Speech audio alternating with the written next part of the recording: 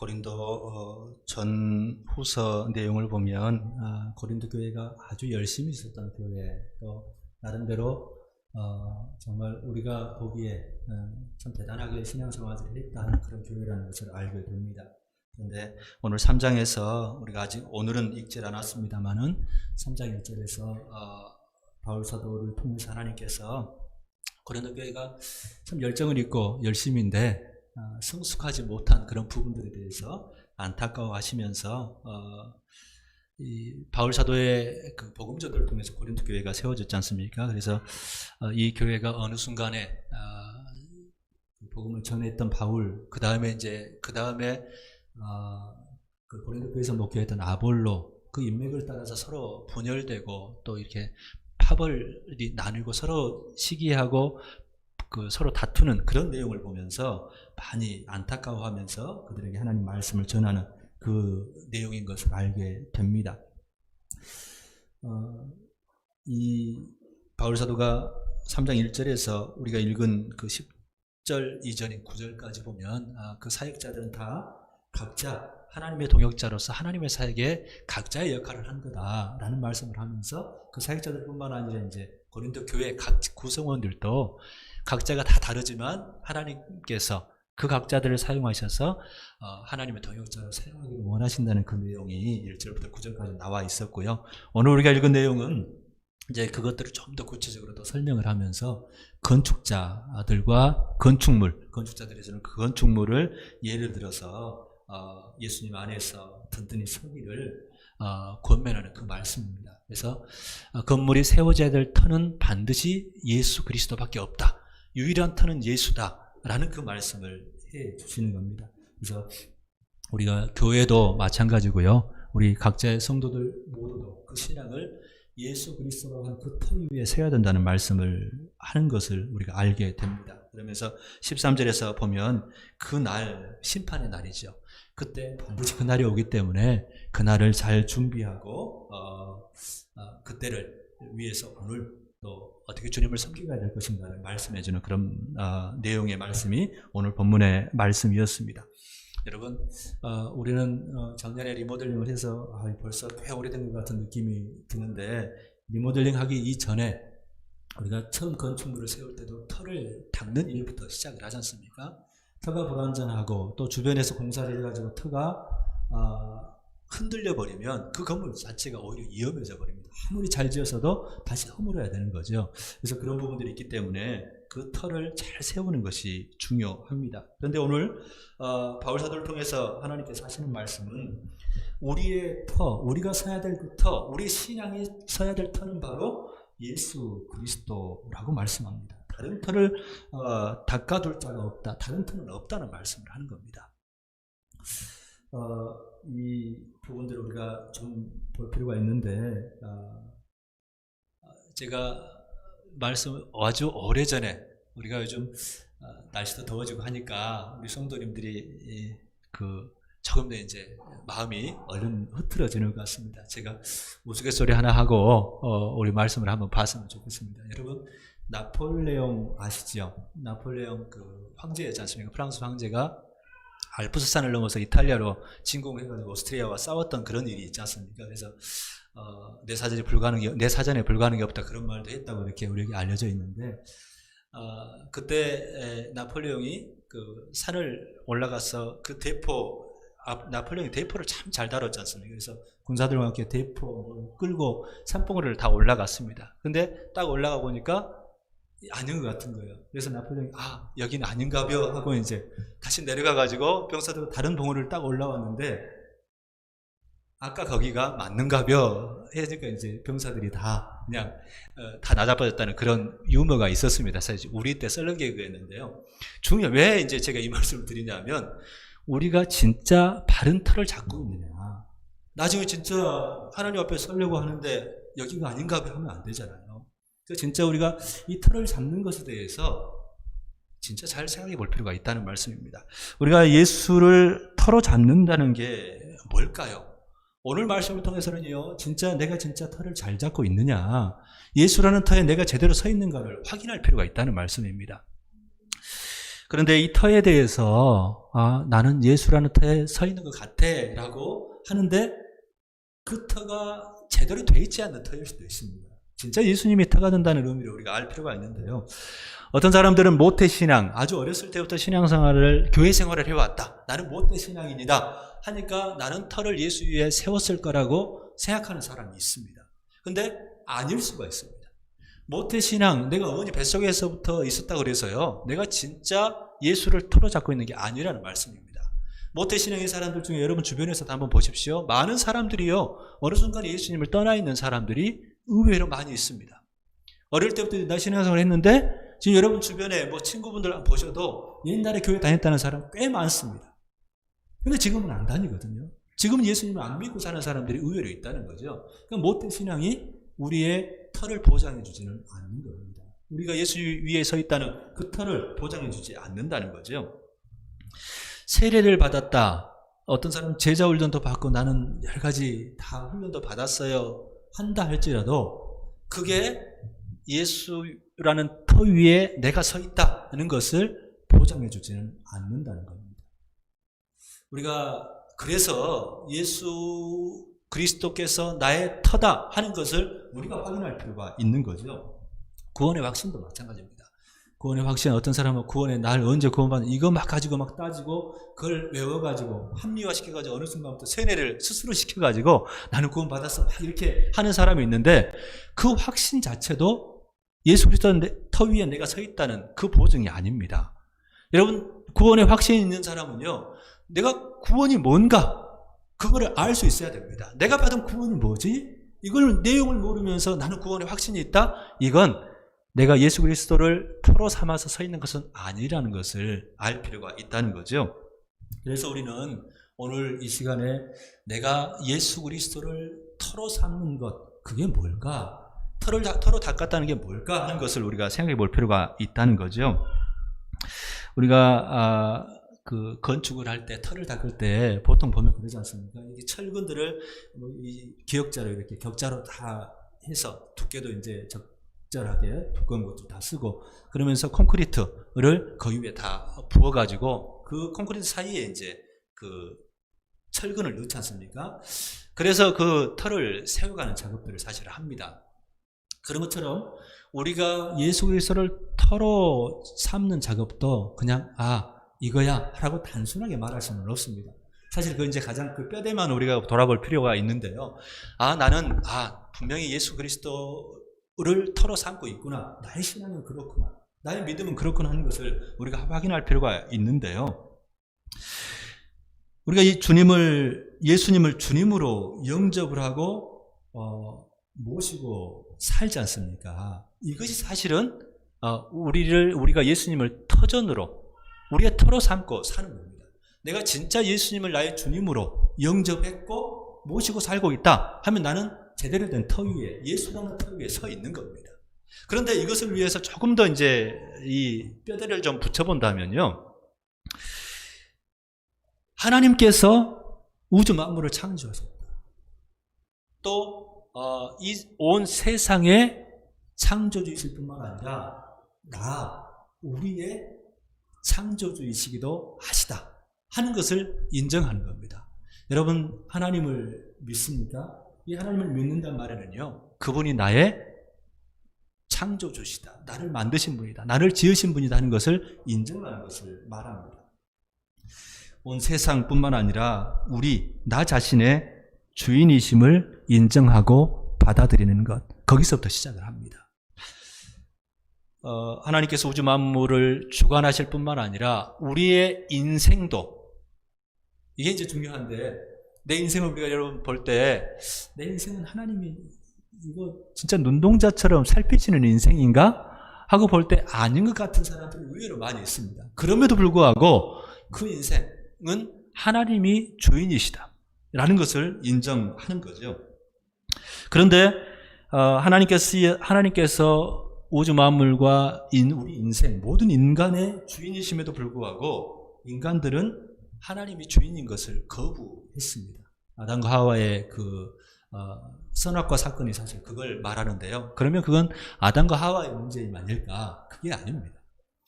하나님이 인생의 주인, 나의 주인이라는 사실을 인정하지 않는 것 자체가 죄입니다. 그게 사실은 원죄입니다. 그러니까 아담과 하와만 그 죄를 지은 게 아니라 하나님을 주인으로 인정하지 않는 모든 사람은 다 죄, 근원적인 죄를 갖고 있는 겁니다. 아담과 하와로부터 온 죄라고만 볼 것이 아니라 하나님, 창조자 하나님을 거부하는 죄, 하나님이 주인이시라는 것을 거부하는 죄 자체가 가장 근원적인, 그걸 이제 원죄라고 말을 합니다. 근원적인 죄를 지고 있다는 거죠. 우리들도 마찬가지였습니다. 우리가 하나님을 주인으로 인정하기 전에는요, 우리가 주인된 삶을 살았습니다. 내 인생을 내가 해보려고, 내가 뭔가 해보려고 살아간다는 거죠. 우리들 지금도 그렇게 사는 분들 예수님을 믿는다고 하면서도 할 수 있겠습니다만, 그러나 우리가 예수 그리스도를 터로 삼는다, 터로 잡고 산다 할 때는 우리가 내가 주인이 되어 살고자 하는 삶을 살았었고, 지금도 그런 습성들이 아직도 남아있을지 몰라도 그렇게 살았었고, 또 많은 사람들이 그렇게 살고 있다는 것을 이해할 필요가 있다는 겁니다. 그래서 우리는 이제 이 죄의 가장 근원적인 죄, 원죄라고 하는 이 하나님을 주인으로 모시지 않는 죄를 우리는 오늘도 조금씩 지으며 살아가는 거죠. 근데 우리가 거짓말도 하고 도둑질도 하고 이 살인도 하고 또 사기도 치고 하는 죄를 우리는 그 죄라고 말하지 않습니까? 이거는 사실은 근원적인 죄가 아닙니다. 하나님을 진짜 주인으로 모시면 이런 죄를 안 짓게 되어 있습니다. 근데 하나님을 진짜 주인으로 모시지 않는 사람들이 이런 죄를 지어가는 거죠. 그러다 보니까 이게 오리지널 죄, 원죄, 기본적인 죄라면 이건 사실 부수적인 죄입니다. 아류라고 하지 않습니까? 거기서 흘러나온 그 하나님을 주인으로 모시지 않는 사람들, 않는 것에서부터 나오는 그 죄들이 우리가 말하는 요즘 죄, 이런 일들입니다. 그래서 이것들도 참 큰 일이지만 더 중요한 것은 하나님을 주인으로 인정하지 않는 것, 내가 주인 되어 살고자 하는 그것들이 우리의 근원적인 죄고 가장 중요한 죄라는 것을 인정할 필요가 있다는 겁니다. 사실은 이 나 중심으로 사는 사람들이 예수님을 이제 주님으로 인정하지 않다 보면 사는 사람들이 하나님을 모르고 하나님을 떠나서 이렇게 살게 되는데, 이런 사람들이 사회도 구성하고 조직도 구성하고 하다 보니까 그 사회도 조직도 점점 더 깨져가는 겁니다. 그러면서 나의 이득만 구하다 보니까 다른 사람의 이득까지도 이렇게 빼앗아오고 하니까 다툼도 생기고 또 죽이고 속이고 하는 일들이 계속해서 생겨나는 거죠. 이 일들이 우리가 근원적으로 왜 우리 가정 안에도 이런 문제가 생길까? 자기중심성 때문에 그렇습니다. 가장인 그 아빠가 폭력적이다 하면 자기중심적인 겁니다. 그래서 아내든지 아이들에 대해서 자기 마음대로 폭력을 행사하는 거잖아요. 가정도 마찬가지고 일터도 마찬가지입니다. 그 일터의 그 경영자가 만약에 그런 마음으로 자기중심으로 해서 사람들은 부려놓고 그 이익을 자기 마음 다 챙겨버린다, 극단적으로 챙겨버린다, 이러다 보니까 그 안이 문제가 생겨나는 거죠. 이 사회도 마찬가지인 겁니다. 그래서 결국은 이 자기중심, 나 중심인 그런 인생들 가운데서 국가 간에도 마찬가지고 사회 간에도 마찬가지고 그런 다툼, 그러면서 결국 이제 멸망으로 가게 되는 거죠. 그래서 이 반역의 결과, 이 사실은 하나님을 창조주이신 인생의 주인이신 하나님을 주인으로 모시지 않고 내가 주인이다 하는 것이 하나님 앞에서 보면, 하나님 나라 차원에서 보면 반역죄거든요. 그러니까 반역죄 앞에는 다른 살인이나 도둑질이나 이게 다 아무것도 아니게 되잖아요. 반역죄가 가장 큰 죄가 돼버리는 거지. 그래서 예전에는 왕조시대에는 8종 이걸 다 멸하고 그랬지 않습니까? 그런 거죠. 그러니까 이 반역의 죄의 결과는 뭐겠습니까? 죽음인 겁니다. 그래서 인간의 그 죄, 하나님을 주인으로 모셔야 될 인간이 하나님을 버리고 스스로 주인이 되면서 인간들에게 온 것이 바로 죽음입니다. 그 벌로 온 게 죽음이었죠. 하나님의 정의 차원 안에서 반드시 하나님을 거역하고 반역한 존재들은 죽을 수밖에 없었던 거죠. 그런데 하나님께서 그 죽음을 버려두지 않았다는 겁니다. 하나님의 형상대로 지음받은 인간들을 위해서, 또 온 세상을 위해서 독생자이신 예수님께서 하나님의 사랑의 결정인 그 예수님께서 이 땅에 인간의 몸을 입고 오셨고, 또 그분께서 우리가 죽어야 되는데, 우리가 반역죄로 죽어야 되는데 대신해서 나 대신, 우리 대신 죽어주셨다는 겁니다. 그래서 우리의 반역죄를 주님이 짊어지고 가시면서 하나님께서는 우리를 살려주신 거죠. 그것뿐만 아니라 예수님께서 부활하신 우리를 위해서 우리를 새로운 생명으로 또 부활의 그 첫 열매가 되어 주셨지 않습니까? 그 사실을 우리가 믿는 겁니다. 우리 예수님께서 우리를 사랑하셔서 사랑하신다 이 정도뿐만 아니라요. 하나님께서 정말 나를 여러분 한 사람 한 사람을 진짜 사랑하셔서 내가 죽어야 되는데 나 대신 죽어주셨다는 거죠. 그 사실을 우리가 어떻게 믿고 어떻게 깨닫고 어떻게 인정하는지에 따라서 우리는 주님에 대한 반응이 달라질 수밖에 없습니다. 근데 우리는 그것을 너무 피상적으로 할 때가 많습니다. 하나님 나를 사랑하시는구나. 이 정도가 아니라는 말씀입니다. 나는 죽었어야 했고 죽어야 하는 존재인데 나 대신 예수님께서 대신 죽어주셨다는 거죠. 나를 살려주셨다는 거죠. 이 사형수들 있지 않습니까? 사형 판결을 딱 받고 나서 죽을 날만 기다리다가 극적인 사면을 받은 사람들, 극적인 자유함을 받은 사람들이 사실 있습니다. 근데 그 사람이 내가 어떤 죄를 지었고 내가 진짜 죽을 상태에 있었다는 사실을 경험해 본 사람, 진짜 죽음을 눈앞에 둬본 사람만이 하나님에 대한 그 사랑, 그분의 사랑이, 예수님을 향한 그 사랑이, 예수님을 통한 사랑이 어떠했는지를 알 수 있는 것처럼 우리들은 생각보다 그 사랑에 대해서 별로 알지를 못하다 보니까 주님에 대한 반응도 미적지근할 때가 참 많습니다. 그래서 예수 그리스도의 그 사랑의 깊이, 너비, 높이, 길이에 대해서 우리가 묵상하고 알아가야 된다고 바울사도를 통해서 계속 성경은 우리에게 권면을 하는 겁니다. 성경을 왜 읽냐? 성경은 하나님 나라 가운데 어떻게 터를 세우느냐, 예수란 터를 세우느냐는 그런 비밀, 하나님 나라의 비밀도 들어있습니다만은 그 예수 그리스도를 통한 그 사랑의 깊이, 또 너비, 높이, 또 길이를 우리에게 알아가고 배워가라고 우리에게 성경을 계시로 우리에게 주셨다는 거죠. 그래서 우리가 성경을 오늘도 붙잡고 묵상할 필요가 있는 겁니다. 그러면서 예수 그리스도께서 우리를 위해서 십자가에 달려 대신 죽으셨다. 나 대신 죽으셨다. 죽어야 될 나 대신 죽으셨다는 사실을 깨닫고 받아들이고 그러면서 예수 그리스도를 나의 삶의 주인으로 다시 인정하는 것. 그래서 그것이 바로 우리가 예수님을 믿는 겁니다. 터를 세우는 겁니다. 우리가 예수 그리스도를 우리 삶의 주인으로 받아들이면요, 인정을 하고 또 그렇게 살면요, 하나님께서는 우리를 하나님의 자녀 삼아 주십니다. 우리를 하나님 나라의 상속자로 삼아 주신다는 말씀입니다. 이것이 우리가 예수 그리스도를 우리 삶의 또 우리 신앙의 토대로 삼는 작업입니다. 여러분이 이 모든 것들을 믿으십니까? 하나님이 우리의 창조주시고 또 우리가 그걸 거절했었던 반역죄를 지었었지만 예수님께서 나를 대신해서 죽으심으로 우리를 살리셨다.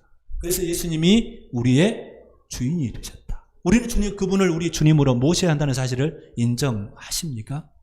이게 우리 신앙의 터입니다. 예수를 터로 삼는 거란 말씀입니다. 그런데 영접한다 하는 것 우리가 말합니다. 요한복음 1장 10절에 영접하는 자 곧 그 이름을 믿는 자들에게 하나님의 자녀가 되는 권세를 주셨다고 말씀하지 않습니까? 그 영접한다는 것은요, 주님 나 살려주셔서 고맙습니다, 이 정도가 아닙니다.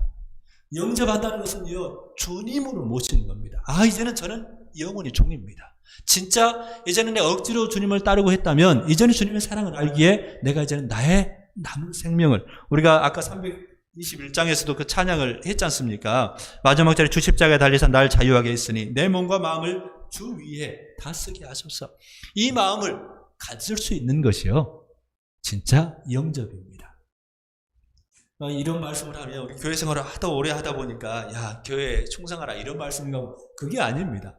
우리 인생 안에서 우리 예수님을 진짜 주님으로 모시고 우리의 삶의 전 영역에서 우리 예수님을 주님으로 인정하고 그렇게 삶을 살아가는 것, 인생을 살아가는 것, 그게 우리가 예수님 주님으로 모시는 삶이라는 거죠. 우리 결단 중요합니다. 결단하고요, 날마다 깨달으면 깨달을수록 하나님 앞에 바로 서고자 하는 그 결단들이 우리 신앙에 정말 중요한 기폭제가 됩니다. 여러분, 터이신 예수님 위에 우리가 건물을 세우는 것, 이 자체가 신앙생활이거든요. 어떻게 건물을 세울 것이냐, 이게 이제 우리의 몫입니다. 터가 제대로 섰으면, 여러분 확인 한번 해보십시다. 여러분 터 예수 그리스도가 맞으십니까? 여러분 인생의 터, 또 신앙의 터가 예수 그리스도 맞으십니까? 아마 맞을 줄 압니다. 그렇다면 여러분 터 정말 잘 잡으신 거고요. 그러면 그 터 위에 이제는 건물을 세워가야 합니다. 맞아, 주님 앞에서 우리의 삶을 건물로 지어가야 하는 거죠. 우리가 건물을 지을 때 설계도도 이렇게 하고 거기에 따라서 제대로 지어야 되지 않습니까? 부실한 자재 뭐 쓰거나 이렇게 하지 않고 진짜 좋은 것들을 잘 세워야 좋은 건물을 세우지 않습니까? 그런데 이 건물을 세울 때 이 건물은 딱 벽 하나만 딱 세워놓고 나 다 지었어 이런다고 되는 거 아니지 않습니까? 이 사면이, 그리고 입체적으로 이게 다 세워져 가야 하는 것처럼 우리 신앙은 그렇습니다.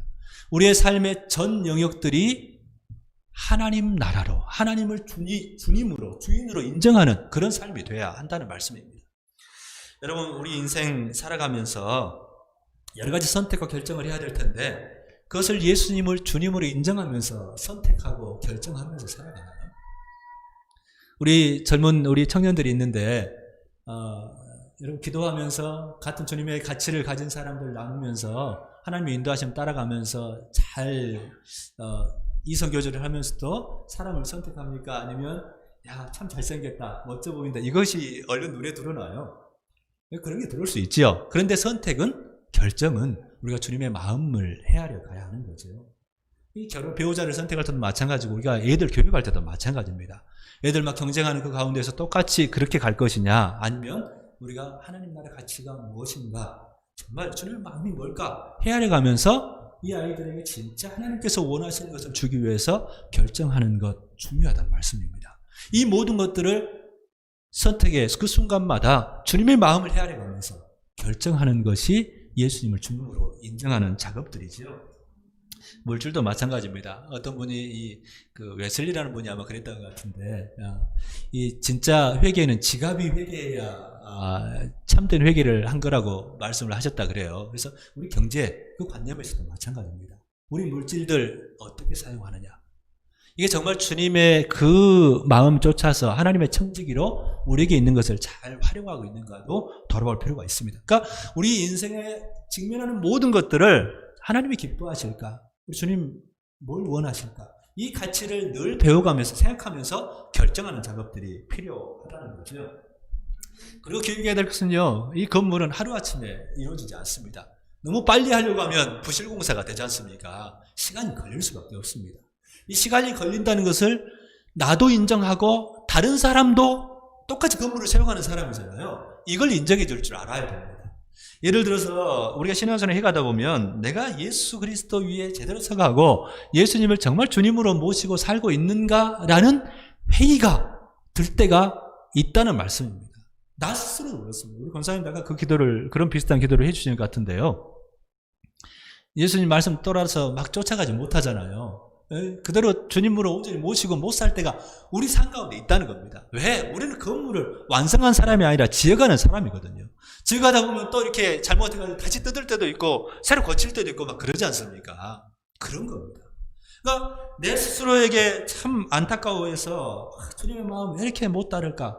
또 저희 지난번에도 그랬는데 주님 잘못했어요 해놓고 또 주님 잘못했어요, 이게 또 반복되고 하면서 나 자신에게 실망할 때도 있고요. 또 주변에 있는 사람들에게 또 실망할 때가 있습니다. 다른 사람들이 또 비난을 할 때 참 우리 마음이 상처를 받기도 하죠. 특별히 이제 가까이 있는 사람들, 우리 자녀들이라든가 아내나 남편이나 이제 이런 가운데서 또 지인들이 야, 너 진짜 예수님 믿는 거 맞아? 예수님 믿는 거는 이런 거라며, 예수님을 진짜 주님으로 모시는 거라며, 너 사는 거 보니까 별로 아닌 것 같아, 이런 말 들을 때 우리는 참 시험이 들려고 막 그러지요. 참 안타깝기도 하고, 야, 내가 진짜 예수님을 터로 못 삼고 사는구나, 이런 자책이 사실 들 때가 있다는 거죠. 예수 믿으면서 왜 저래? 왜 저런 모양이야? 왜 저런 행동을 하지? 왜 저런 말을 하지? 왜 저런 말투로? 이것들이 있을 수 있습니다. 또 사실은 이 사단이 그 절묘한 틈을 이용해가지고 야, 너 예수 믿는 거 맞아? 너 예수 제자라면서 너 위선자야. 이런 말을 우리 마음 가운데 할 때가 있습니다. 이거를 아무 생각 없이 막 너희 아니야 괜찮아 하고 가라는 말씀이 아니라 우리는 건물을 짓고 있는 과정에 있기 때문에 이런 일들이 있을 수 있다는 겁니다. 근데 이게 한없이 이러면 안 되죠. 오래 시간이 걸리고 우리 인생이 전체가 다 걸리는 그런 작업일 수 있습니다. 우리 건물을 짓는 과정이. 그렇지만 진보는 있어야죠. 적어도 5년이 지나고 10년이 지나면 적어도 우리가 예수님을 조금이라도 더 닮아가는 그 구석이 나타나야 되지 않겠습니까? 열매가 맺혀져야 되지 않겠습니까? 풍성한 열매를 못 맺는다 할지라도 적어도 우리 가족들 안에서 조금 뭔가 좀 달라지고 있구나 하는 것들을 알 수 있게는 살아가야죠. 그렇지만 우리가 너무 좌절하지 말 것은 오늘 우리는 그 과정이 있는 것이지 아예 예수님의 터 위에 서 있지 않는 것은 아니다라는 것을 깨달을 필요가, 분별할 필요가 있다는 말씀이죠. 많은 분들이 이제 이거를 군인 예를 들어서 말하는데요. 우리가 그리스도인이다 한데 지금 완전한 그리스도인은 아닐 수 있습니다. 군인들도 그렇지 않습니까? 군인이 되었다 할 때는 입영 통지서를 받았을 때는 아니죠. 그죠? 아, 이제 군대 가는구나 했다가 딱 군대 갔다 할 때가 언제입니까? 훈련소에 딱 입소하면 그때부터는 이제 군인입니다. 근데 그 훈련소에 입소한 그 훈련병이 지금 무슨 그 특수부대원처럼 정예 군인처럼 할 수 있습니까? 못하지요. 또 일반 사병들도 정예 군인과는 또 다를 수 있습니다. 그렇지만 예수 그리스도의 좋은 군사로서라 바울사도 우리 권면한 것은 진짜 좋은 군사로 점점 더 서가야 한다는 말씀을 하고 있는 거거든요. 그렇지만 지금 이 특전사 요원들도 군인인 것처럼 지금 훈련소에 막 입소했어도요 군인인 겁니다. 그러니까 우리 그리스도인들도 마찬가지죠. 지금 햇병아리처럼 예수님 정말 제대로 주님으로 모시고 못 살아도 우리는 그리스도인이죠. 그런데 여기서 멈춰 있는 것이 아니라 나는 정말 정예 부대원이 돼야 돼. 좋은 군사가 돼야 돼. 이 마음으로 날마다 자라가는 것이 필요하다는 말씀입니다. 그게 건물을 세워가는 거죠. 이미 우리는 예수 그리스도를 정말 주님으로 인정하는 그 터 위에 서 있다면 그 터 위에 이제는 건물을 제대로 세워가야 합니다. 우리가 여전히 부족하고 예전의 성품들, 예전의 인격들 좀 이게 창피한 인격들이 나온다 할지라도요 그것들과 육체의 일들과 씨름하면서 오늘도 우리는 예수님을 주님으로 모시는 그 작업들을 해가야 또 인정하는 작업들을 해가야 한다는 말씀입니다.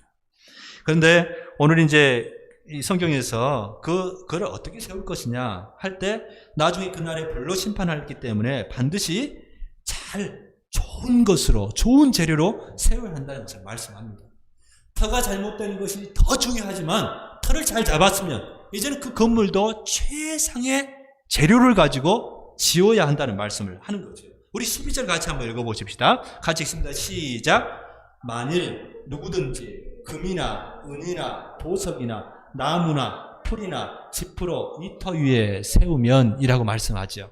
그러면 어떤 사람들은 금이나 은이나 보석 같은 정말 사라지지 않는, 불타지 않는, 어찌 보면 영원하다고 말씀하는 그런 것들로 세우는 사람이 있는가 하면 어떤 사람은 나무, 풀, 짚으로 불에 타버리는 것들로 짓는 사람이 있다는 겁니다.